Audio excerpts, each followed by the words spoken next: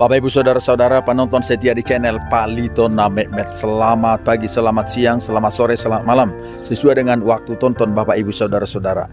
Saat ini kita berada di komplek gereja Katolik di sekitaran jalan lintas Siborong-Borong, Sipahutar.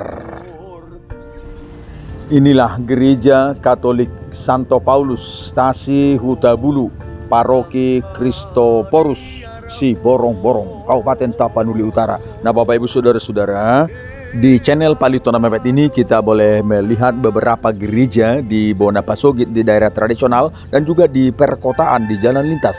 Bukan hanya gereja HKBP atau gereja Protestan, tetapi juga gereja-gereja Katolik dan Pentakosta dan yang lainnya. Salam untuk seluruh penonton setia di channel Palito Mehmet.